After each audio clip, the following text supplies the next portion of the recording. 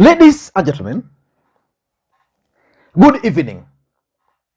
It is my hope and prayer that this video is going to find you guys in good health. Personally, I'm fine, and the weather in Kisumu is fantastic. Maybe you could let me know where you are watching the video from, the county or the country. I want us to do a critical analysis about yesterday's presidential debate, which was moderated by Latiff and Yvonne Okwara. William Ruto attended that debate. Raila Odinga opted not to attend the debate.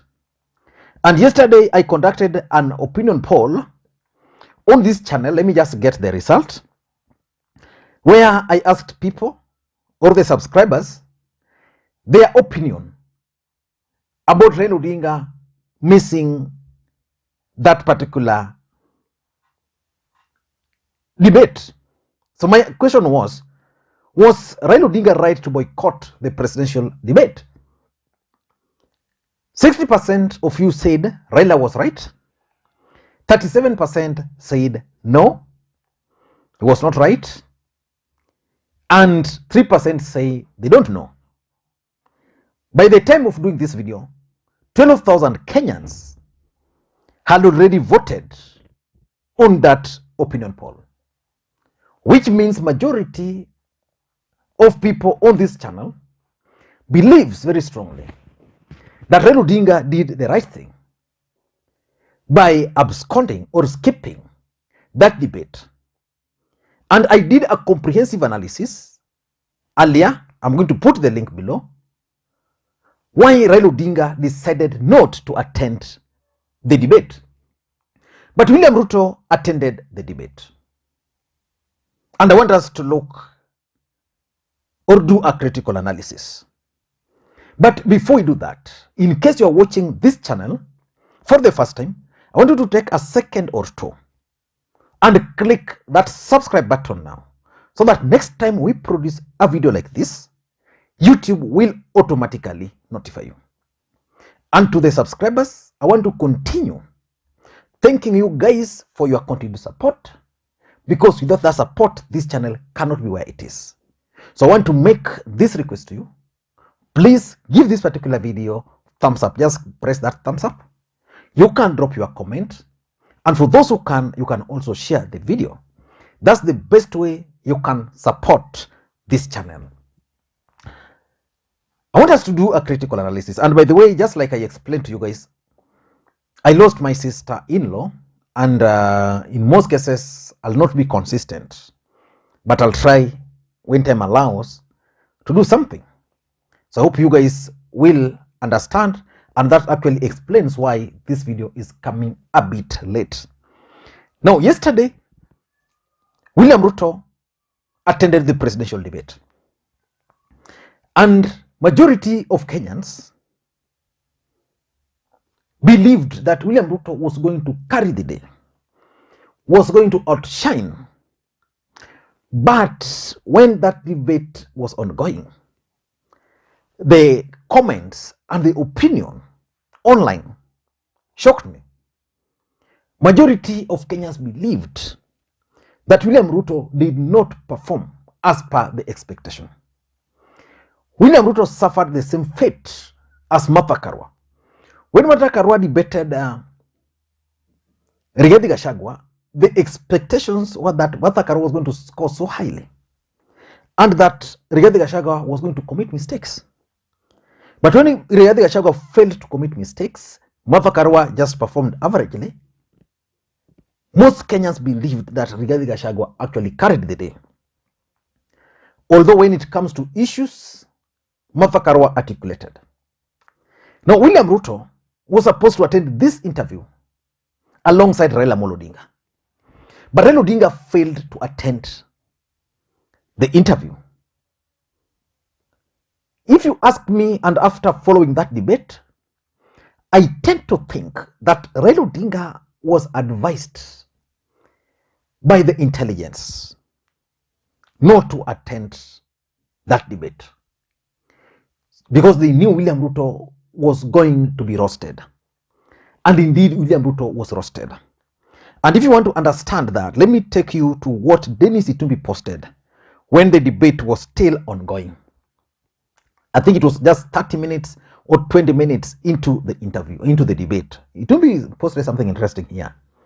Haha, interesting addition to the presidential election 2022 town hall questions. Of course, that aspect was not communicated. But fortunately, Hustler Nation candidate is ready for any changes in format. If it happens, one of those asked to field a question is Vimal Shah.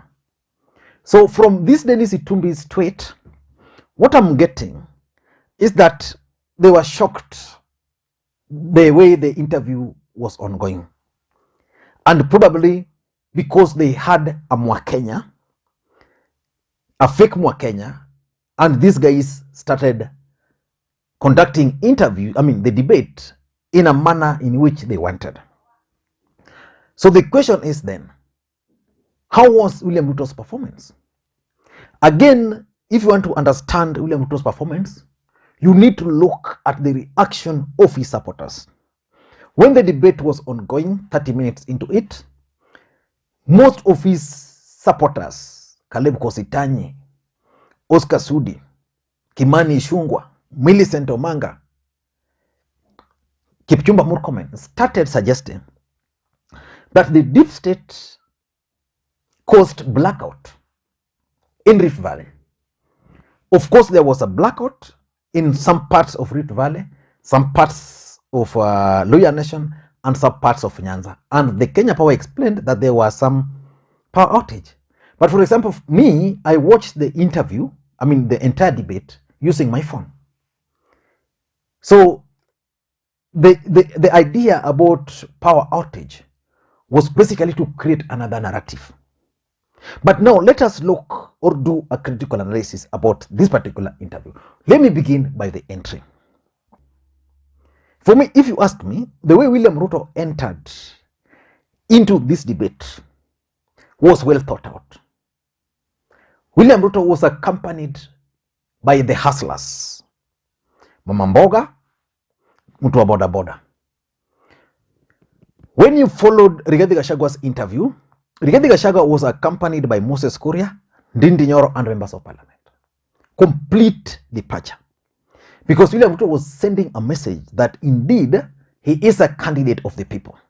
Remember, Raila Odinga is the people's president. So William Ruto wanted to be the people's candidate. And that's why when he got opportunity, he insisted that Raila Odinga is not a candidate, that there is another candidate, that Raila Odinga is actually a project. But the party was spoiled for them. If they had intended to use Mama Mboga, which is actually trending on Twitter right now, to pass a message, Hussein Mohammed failed William Ruto. Once they completed, those photos were taken, and the Mama Mboga was following William Ruto, she was told, this is not for you. Where you remain there. I want you to watch very closely Hussein Mohammed blocking Mama Mboga. And that's why Kenyans are talking about Mama Mboga. The entry was perfect, but spoiled.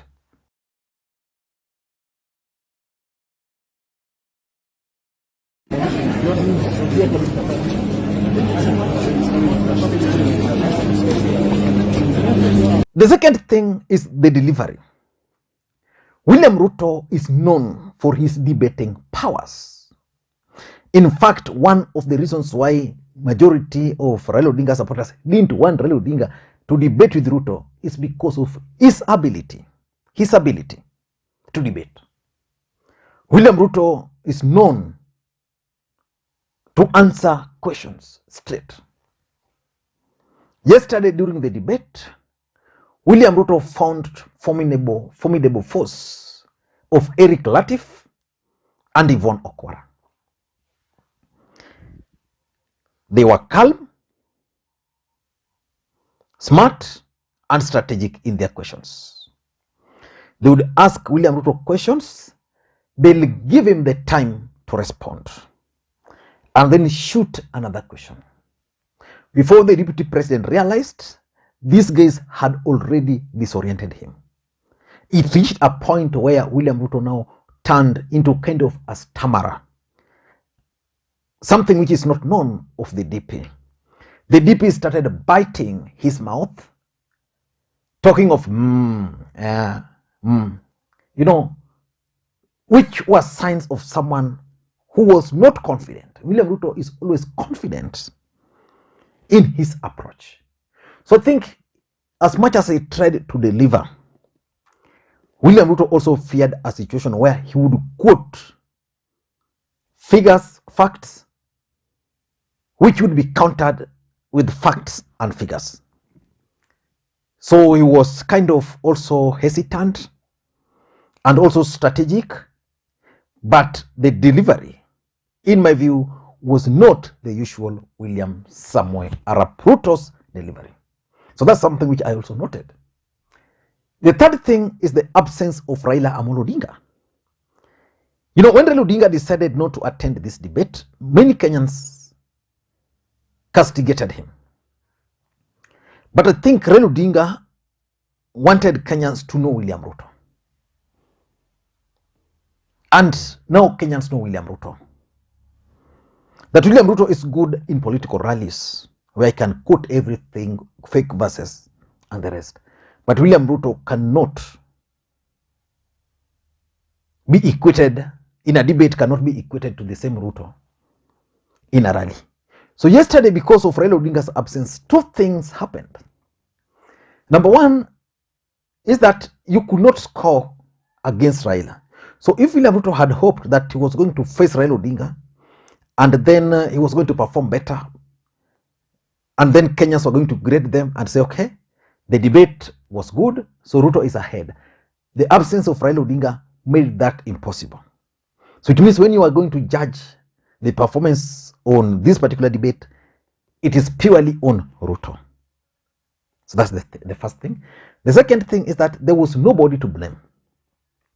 William Ruto is known to always take credit for anything good, but blame others for everything bad. And because Raila Odinga was not here, I think he had no other person to blame. And that made